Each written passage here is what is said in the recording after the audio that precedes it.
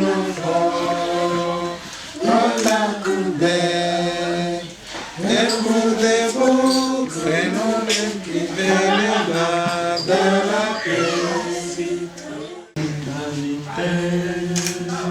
Fièrement, saluez le Congo, Congo,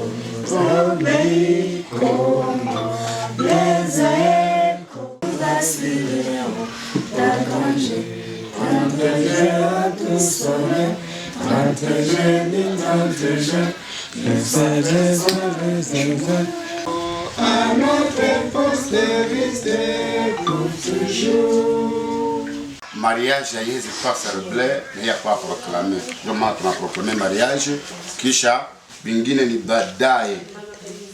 République démocratique du Congo, province du Nord Kivu, territoire de Masisi, Biekos, communauté civile de Kahira, procès verbal de proclamation de mariage, la 2024, le 7e jour du mois de février, devant nous, à Monseigneur Kambale, officier de l'état civil, LPG, de bureau secondaire de l'état civil de Kahira, résident le 21 1980, nationalité congolaise, fils de Rome et de Aïnkamiye, état civil marié à Kidoubou, profession chauffeur, origine de Kibabi, chefferie de Bahunde, territoire de Masisi, province du Nord Kivu, résident à Goma, avenue 5 Chantier, numéro 67, quartier Ndosho, commune de Karissim, ville de Goma, province du Nord Kivu, en République démocratique du Congo.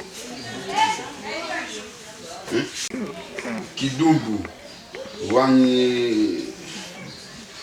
Gwanyange Janine, né à Kabuga, Kibabi, le 22 9 1983, nationalité congolaise, fille de Gwanyange et de Magambo, état civil marié à Bimenyimana, profession ménagère, l'origine de Kibabi, chefferie de Bahunde, territoire de Masisi, province du Nord Kivu, résident à Goma, avenue 5 Chantier, numéro 67, quartier Ndosho, commune de Karissimbi, ville de Goma, province du Nord Kivu, en République démocratique du Congo, fait à Kahira le 7 février 2024, officier d'état civil MPG à Monseigneur Kambale. Tutashangilia tupige mikono. Sheria. Vitabu vitatu vya sheria ambavyo vinatuchunga sisi Wakongomani. Kwa mnajikaza, mnasikia ile wakati tuko nasema mambo kama yale. Sababu masheria zote autorite walipasha kwenda kuzifundisha wakaaji, lakini muda ndio wapatake kwenda kuzifundisha nini population. Ndio maana wakati tunaprofite kufanya sasa vile hii ndio tunapata muda wa kufundisha nosho kidogo kidogo kusudi mtu aelewa aseme zeba na mie bananiambia na vitu vyenye sijuaki. Ndio maana kuna vitabu vitatu ndani ya nchi yetu ya Kongo ambayo vinatuchunga sisi, ambao mko sheria. Kunakuwa kitabu cha kwanza ambacho tulivotake mu referendum. Kafote mfumbo oui na 2006. Mu referendum kwa kitabu tulivotake oui na no. Ni kitabu gani? Badilisha muko kidogo acha tosha ndani mu 2011 masheria kidogo kidogo, lakini zingine zingale zile zenye zinaishi. Ile ni kitabu kimoja ndio kitabu kikubwa mu vitabu vyote ambayo kinagawiwa ndani sehemu mbili. Kuna sehemu moja ambayo mkaaji namna gani mkaaji anapasha kuishi na sheria, na kuna sehemu nyingine ambayo inasema kwa ajili ya maeleksio. Eleksio zinapasha kukua namna gani, utawala unatoka kunaingia mwingine namna gani. Ndio maana kinagabuliwa mara pili kile kitabu. Kuna kwa kingine kitabu kingine ambao kinaitwa Code de la Famille. Code de la Famille ni kitabu cha kabambi mu vitabu vile vyote ambayo tuko na article mingi zaidi ya kile ya ile kitabu ambacho nimesema ile nani la constitution. Haya kiko na sheria za kabambi sana. No, na kuna kwa unafyeka mtu wanakuambia hii dossier haiko dossier ya nyumba 10. Wakati umefyeka mtu. Wakati unaua mtu. Wanakuambia hii dossier haiko nyumba 10, haiko chef d'avenue, haiko chef de quartier, ni ya polisi. Iko code penal. Ndio vitabu vitatu ambavyo tunatumika navyo kwa nchi yetu ya Kongo. Sasa kitabu ambacho tunacho sahihi ni kitabu kile cha pili ambacho kinasema Code de la Famille. Code de la Famille ni kitabu cha kabambi sawa sana kisi nimekwisha kuwaelezea, ambayo kina sehemu kabambi lakini kinakamata nafasi ya mingi sawa sawa na jinsi ndani ya Biblia ambayo tunaishi ndani, ambayo inatushiriki sisi ambao tunaitwa Wakristo. Biblia inakuwa na amri 10, na mwazile amri 10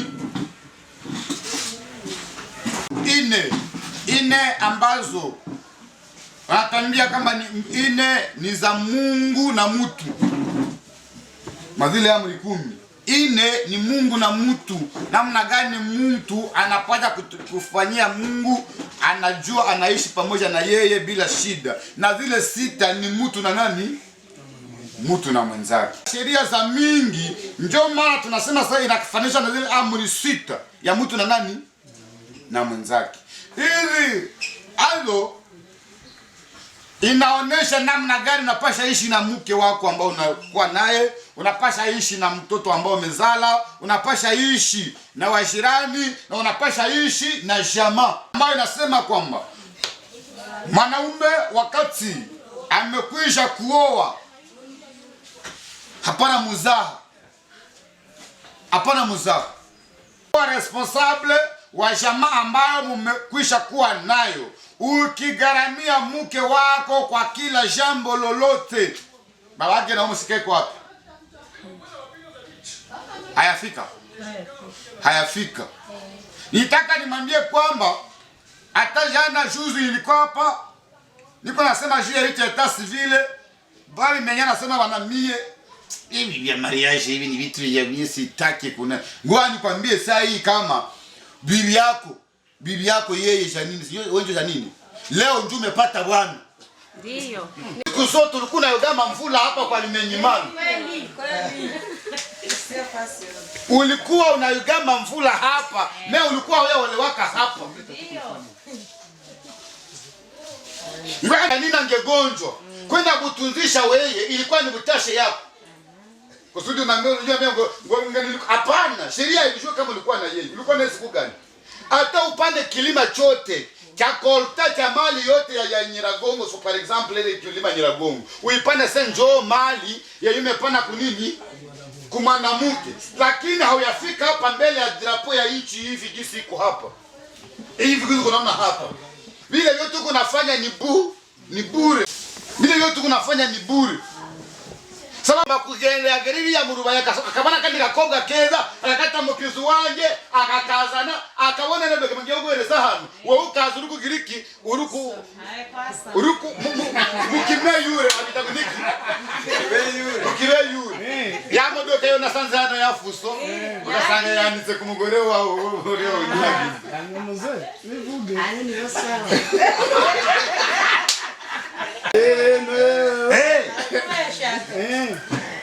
akamufrapa kandi kama tajile kama sika kule na wenda Mungu kibabi anapita kule hata kwambia anapita kubiro kule kuko vitura ndio ofisi wa kule tunaona sie wote kitu tu nayo kamwambia biachira na nijua sana ndio biachira na ni baba yangu ule vitura baba yangu ule jali fundisha kazi. Nafaa kusemesha nini? Kweli. Jana fundishaka kazi. Nitumika naye wale maana kule. Bana kuandikia kule, abamwambia anaandikia unafika hapo nasikia unaanza lalamika. Sio unaenda kuparke, unaenda staki. Bana kitu atakuuliza kwanza atakuuliza leta acte de mariage. Yakuonyesha kama ule ni bwana yako. Wakati utasanga ngo tuliuza Karikuyu, tukauza gari 200, tukajenga na tukauza na huku na huku. Anawaambia ulikuwa mjinga. Ulienda kauza gari, ulikosaka dolari 100 ya mariage ya etat civil. Bwana sasa hizi ombe nimekoma ngapi? Solisha tu kweli. $60. $60. Na hii ya kutumikia kunyumba inakuwa kadouble ya kubiro. Kubiro ni 60 na ombaka na hapa ni 60 kwa kusaidia watu. Mama ameprofita. Lakini sheria haiko vile kama ni saa event kisheria. Unanifuata? Sasa njoma. Lakini objectif ni kujenga manyumba zenye zingebomoka zisifanye nini? Zisibomoke. Ndio objectif. Kweli. Ndio objectif yangu. Ile ya 453 ndio ningali kwayo. Article 454 inasema wakati mwanamke sasa amekwisha kuolewa, ni kusema unapaswa kuheshimu mume wako kwa kila jambo lolote. Sababu wakati ulizaliwaka ulikuwa msika mzuri, na leo mzuri banga hawayaishi. Sasa leo ndio sinakwambia sasa, jana nikamata mwingine haungesema kitu. Hii manyumba ingesema haikuwa kitu. Lakini ameona tu mnamu wale wa zamani na leo yetu nafika ndani kwa leo, wewe ndio ameona kama njua maana kuliko wale wote. Mungu kila jambo lolote. Juzi wakati ilikuwa hapa, ile story ya kwanza ilikuwa siku ngapi? Siku nilikuwa akasema nini? Ngo sasa tunawapatia mariage, mnaozala waka wanaume. Ndio vile yeye alisema. Sasa tunapatia mariage nyewe wanamke, mnazarawaka nini? Wanaume. Hapana. Hapana. Hakuna sheria hii inasema kwamba unapasha zarau mume wako. Sababu na wakati tunasoma Biblia tunakuta Sara njoo bibi wa kwanza wa Mkristo, si ndio kweli? Sara alikuwa anaheshimu mume wake Ibrahimu kuliko wanawake wengine wa nje. Asha nisinye yote ni yangu, mali yote ni yangu, na ile gari niko na droit kwa kuideclare kwenye utapatia shida. Ndio, lakini inafaa uheshimishe nani? Mume wako. Mume wako, mume wako unapenda kumpatia heshima. Nje Samaria. Wewe ndio Banyangi. Asante Banyangi, ulichelewa lakini hapo makusudi papa. Waje utalipa moto iende, utalipatia karibiramu nyingine. Dada vimenyimana hapana. Na siko na mwanamke nani? Hapana. Niko na kaka vimenyimana pamoja na dada Janine. Yesu mnaweza shangilia, mnapiga mikono kwa ile.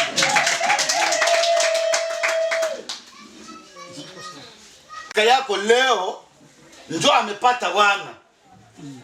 Leo hii siku zingine na siku mnanikena kazi ile kama barua vile ni vitu vyenu vya kule kujama. Ngoja nikwambie kama ile barua ya kujama mnanikenaka ya mali iko na siku 90 tu yenyewe tena ipatia 90 jours seulement. Kwenda kupana mali kukutime, apromisha maliza kule mnamaliza kisha mnafanya nini? Mnanikia njoo mnataka mariage en famille. En famille. Ile iko na 90 jours. Après 90 jours ile document haina nini? Haina valeur. Pata ndani papa. Anakamata mwingine msika, anamtia kubiria etat civil. Akasema nini? 454 inasema hivi. Kwa kuheshimu mke, kwa kuheshimu mume wewe mke, unapaswa kumheshimu kwa kila jambo lolote. Ukimheshimu kila jambo lolote, mwanaume ndio kichwa cha nini? Cha nyumba. Sawa sawa na jinsi Kristo ndio kichwa cha nini? Cha kanisa. Ya mume wako ni makosa. Unapenda tu wewe ndio useme ya mwisho mnyumba. Biblia inasema sasa ni mwanaume mwenye hana neno mwake na mbinguni hawezi ingia. Ndamugabo winganzwa uzaja mwijuru.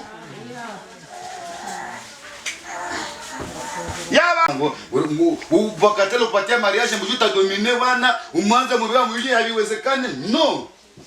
Mwewe mzuri, umheshimu, umpatie haki yake. Naye patie haki yako. Kisha bunyumba ufanye nini? Ujengwe mzuri. Sasa kwa kumwendelea kumheshimu ile article 455 mwanaume sai mko hapa Goma lakini hamko wanani mko hapa Goma?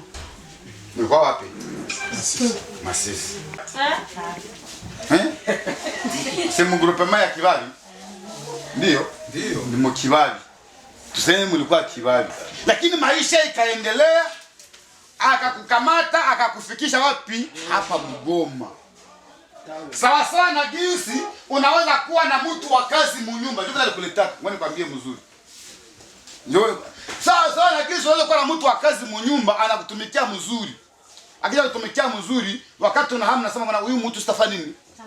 Sitamwacha.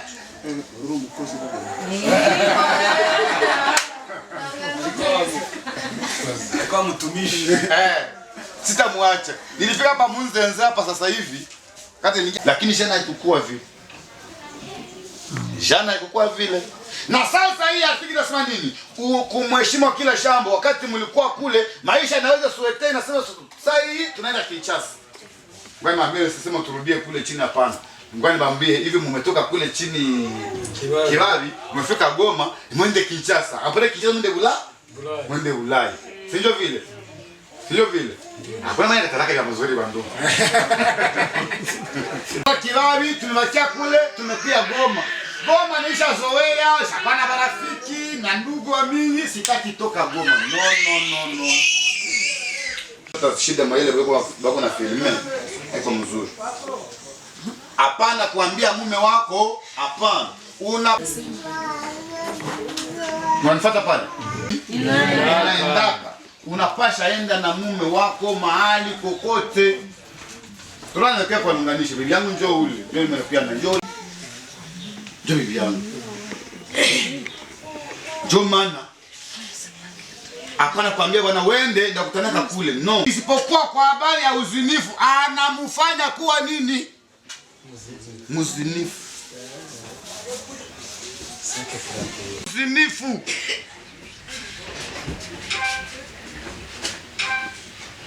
Kama una mume wako kisha unasikia kule kwenye alienda alikamata nini? Alikamata mwingine wala alibebesha mimba.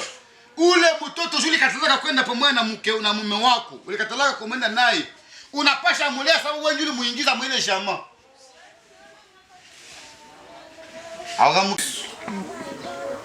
Wakati sasa mnatoka hapa mnahamia fasi fulani. Swat wana anapenda ndogo ndogo. Sawa sana mwanamke anaweza penda ndogo ndogo vile vinakuwaka. Mwanamke hata tosheka na mume wake. Niko na jirani yangu pale pembeni ya kwangu. Iko na mwanamke iko na kalikilewa na yake kadogo kulicho analeta bwana mule. Ngo bibi fulani iko na bwana fulani kile kipale Mungu. Tena nje. Agelete haya basi.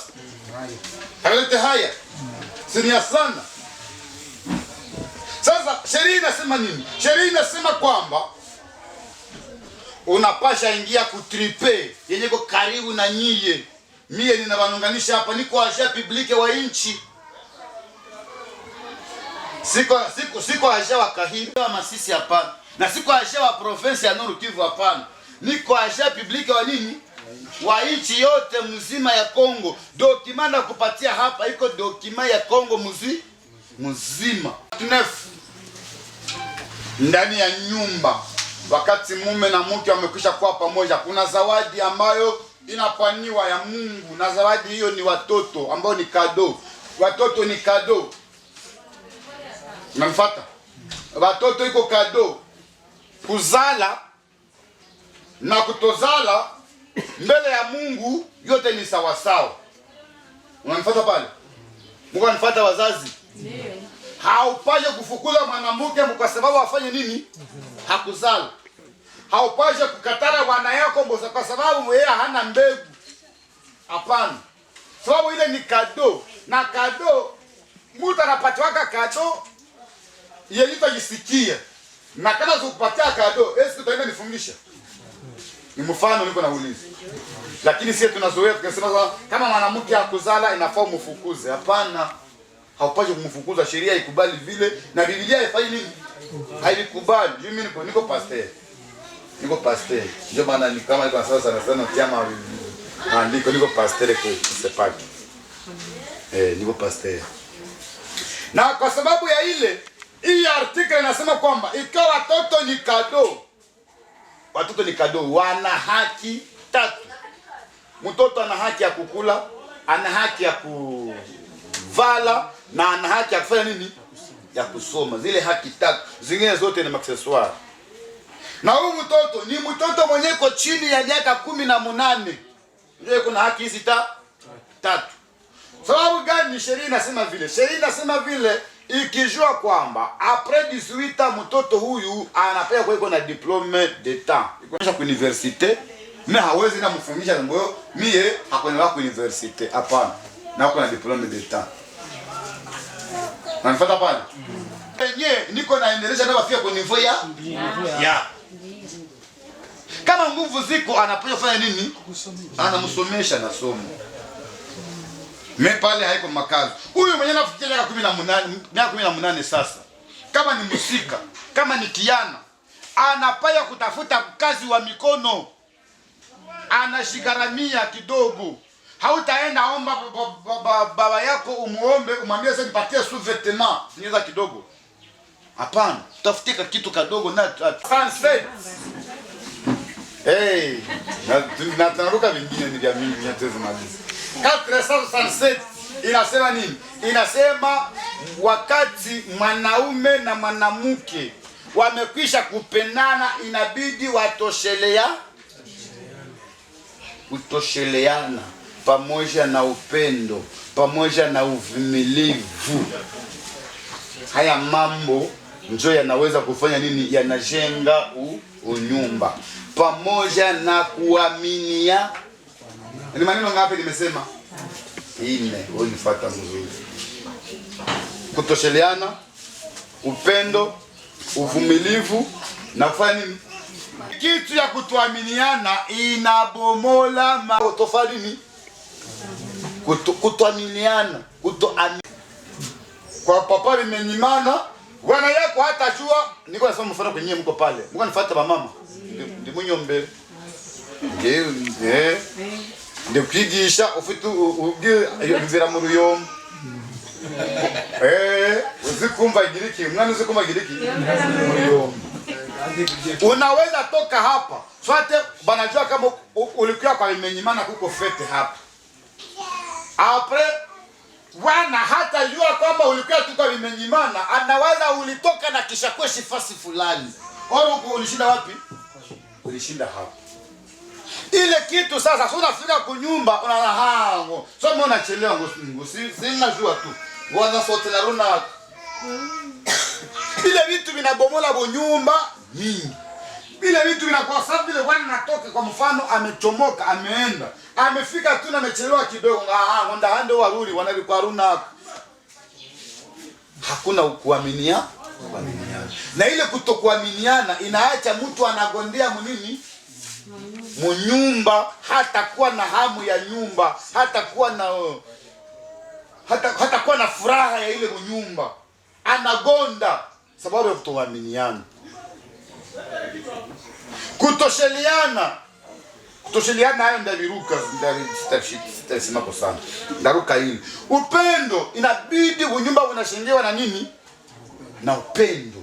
Upendo, kama upendo haiko hamuwezi kuishi pamoja. Hapana kukuwa unahesabia tu mwenzako, uhesabie tu ngo alinifanyaka tu hiki.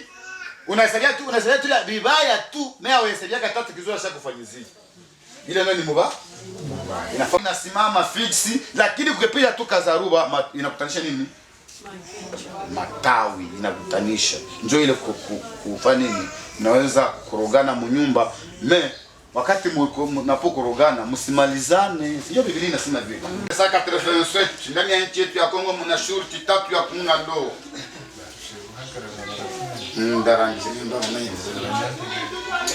Kuna shurti 3 ya kufunga ndoa. Ya kwanza, kuchanga mali yote pamoja. yenye mlikuwa nayo mnachanga pamoja, mnaendelesha vile. Ya pili, kila mtu na mali yake. Ya tatu, ile yenye mlikuwa nayo tangia zamani, kila mtu anawakia nayo kwao na wengine kwao, kisha yeye mtaanza pata leo ndio mnatia pamoja. Sheria inasema kwamba mwanaume ndiye atachagua na mwanamke anasema kama anakubali. Mbio kisha mwisha choka yote ya kwanza na ya pili na ya mwisho yote mnatia pamoja. Mpige mikono mshaka.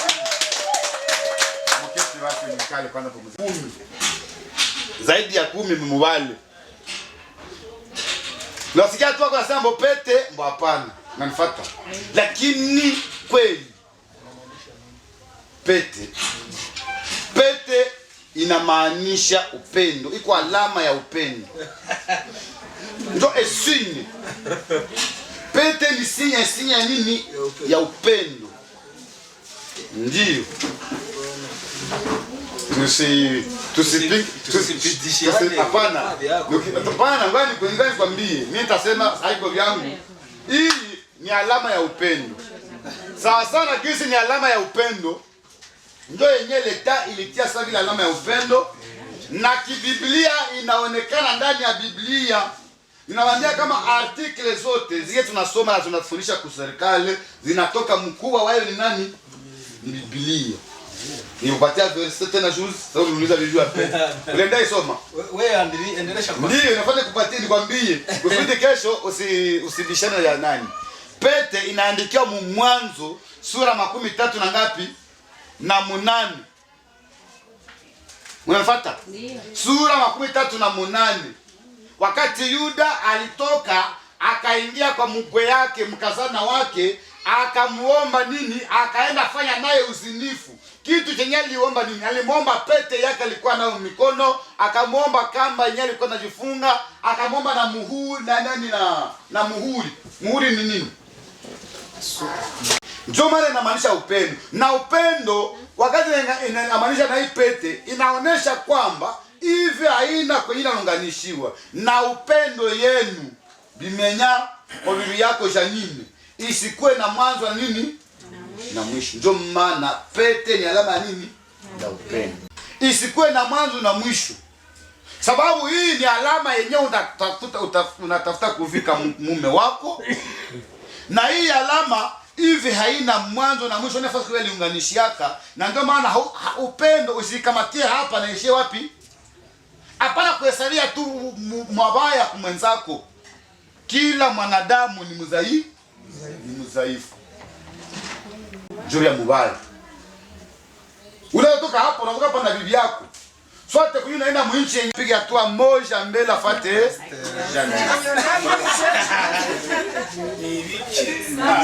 Bucho.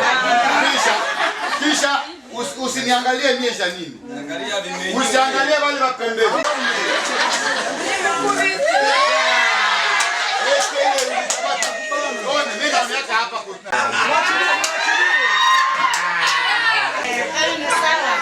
Tayari? Jibu kwa hadi ya ndoa. Nasikia kitu mbeta. Ndiza na vemo. Jibu kwa hadi ya ndoa.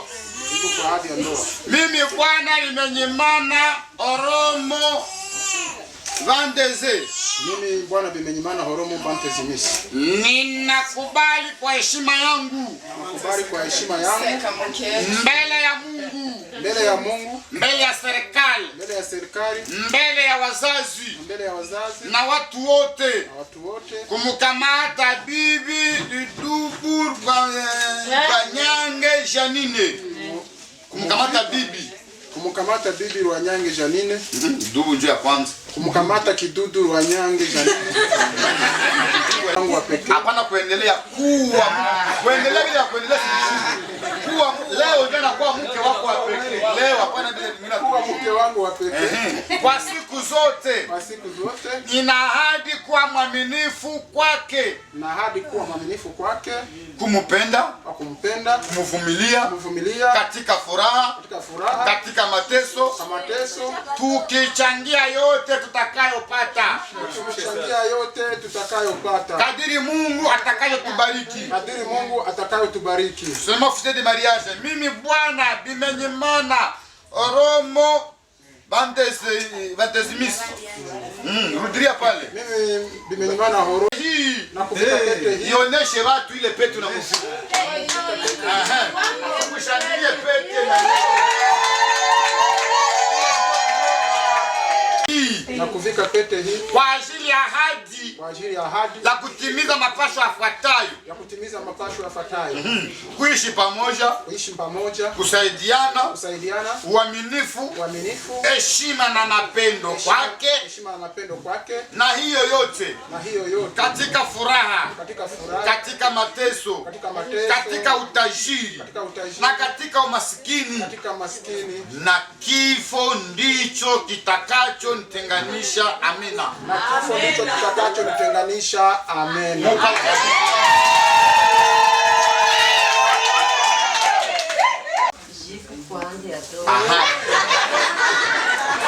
Jibu kwa ahadi ya ndoa. Mimi bibi Kidubu.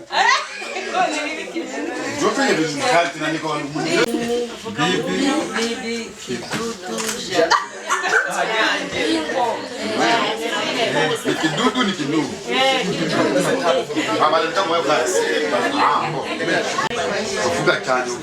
Sema sana. Mbele ya Mungu. Mbele ya serikali. Serikali ni mimi yuko naona pale drapo ya nchi. Sawa? Na nini? Mbele ya wazazi. Na watu wote. Wazazi njoo hapa bako na watu wote. Kumkamata Bwana.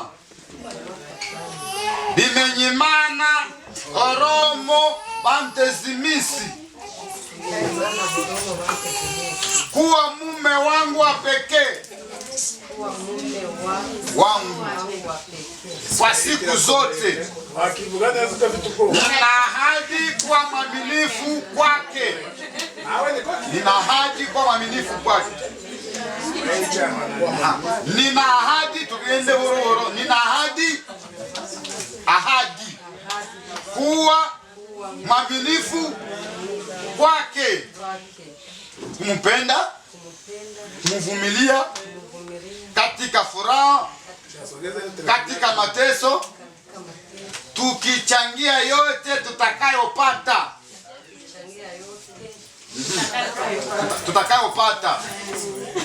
Rudiria.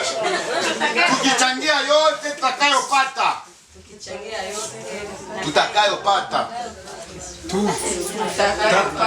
Hapana kucheka. Kadiri Mungu atakayotubariki.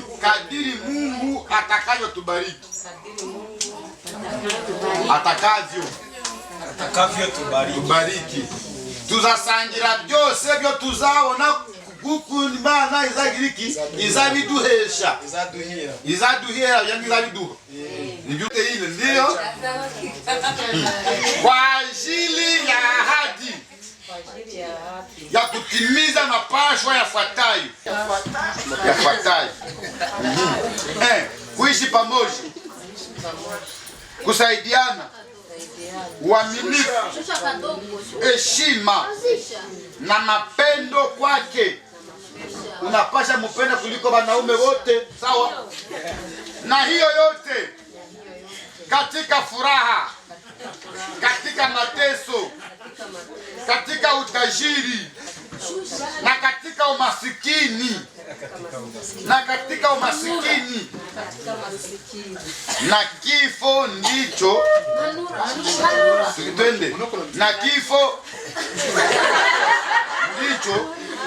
kitakacho tutenganisha. Amina. Kifo ndicho kitakacho tutenganisha. Tuzatanga nuru.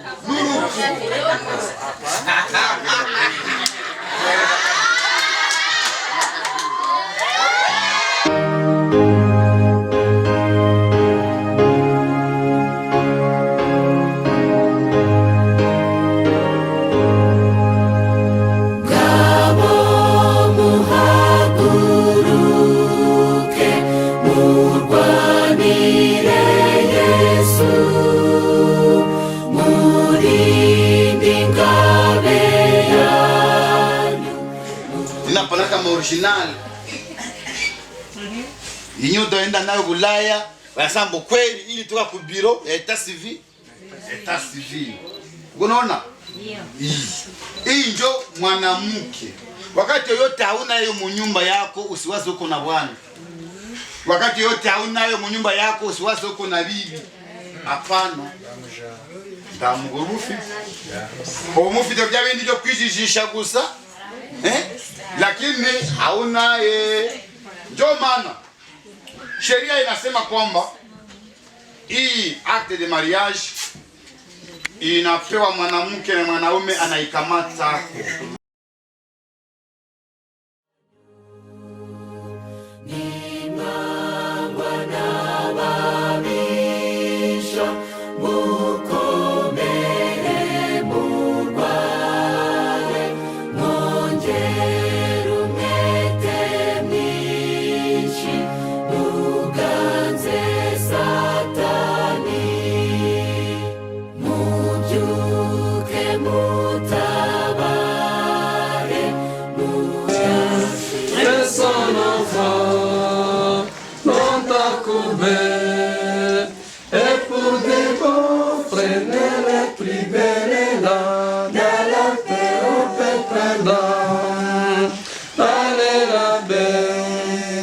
Nous bâtirons un pays plus beau qu'avant, dans la paix citoyenne.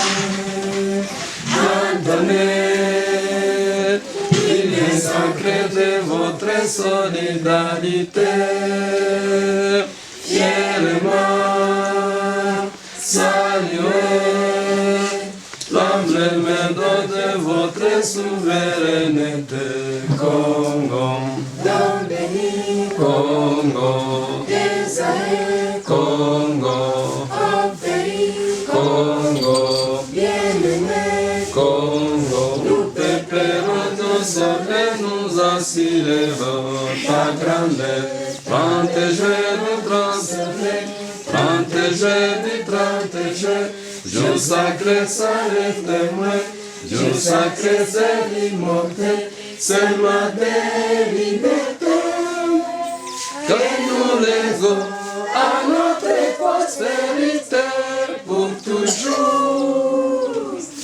Kwa mamlaka niliyopewa na Mungu aliyeumba mbingu na dunia, pamoja na Presida Kiseketi Chilombo, mimi Bianchira Kambale Amos, officier état civil OPG, ninasema mwende muzale muyalishe dunia. Na wote wakasema amen.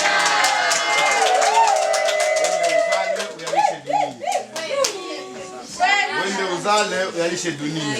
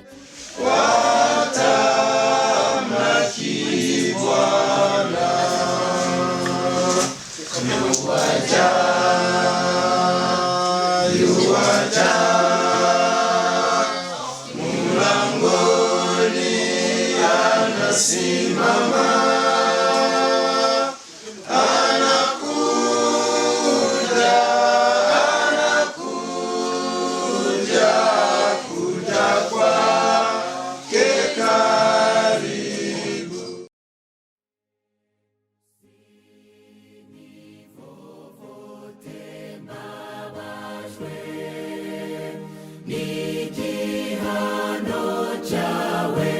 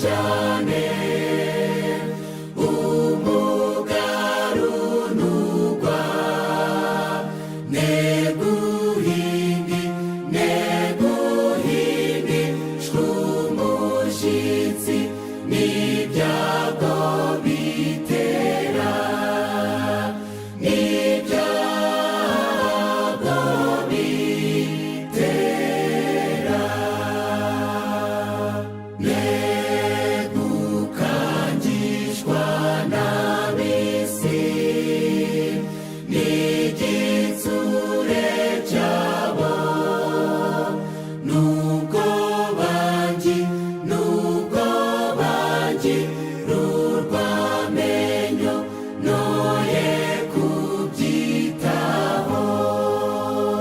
noye kubyitaho. Mwami bene uko kwizera niko ngutezeho, niringiye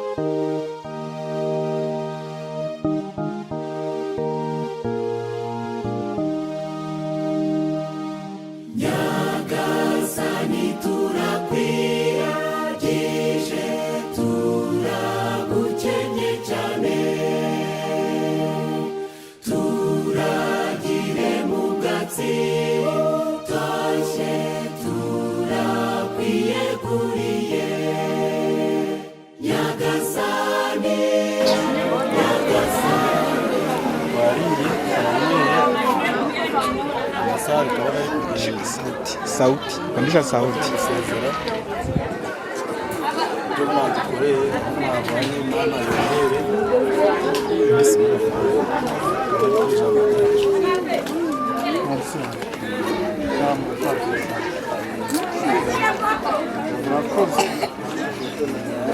ndabona uko mwabivuze amasaha ari kugenda mwakoze baravuga ngo kuragira ngo gusura nibyo ariko ntabwo tubirukanye kandi mwabigize neza gusa turacyari kumwe kandi muzi ko muri abana mu rugo barabatiriye nta kibazo mu buzima dushobora guhura nabwo dushobora gufatanya nubwo byabaye mu buryo butemewe n'amategeko ariko ntabwo twavuga ngo abana ubwo baduhemukiye natwe duhane nabo sibyo umugambi wari unahari niyo mvugo wanjye nshingiye bwa mbere ibihe ni bibi nubwo inka bari kuzimara ariko ntabwo nzabura inyana yo kumushakira kugira ngo mufashe mu kuboko kwe nta kibazo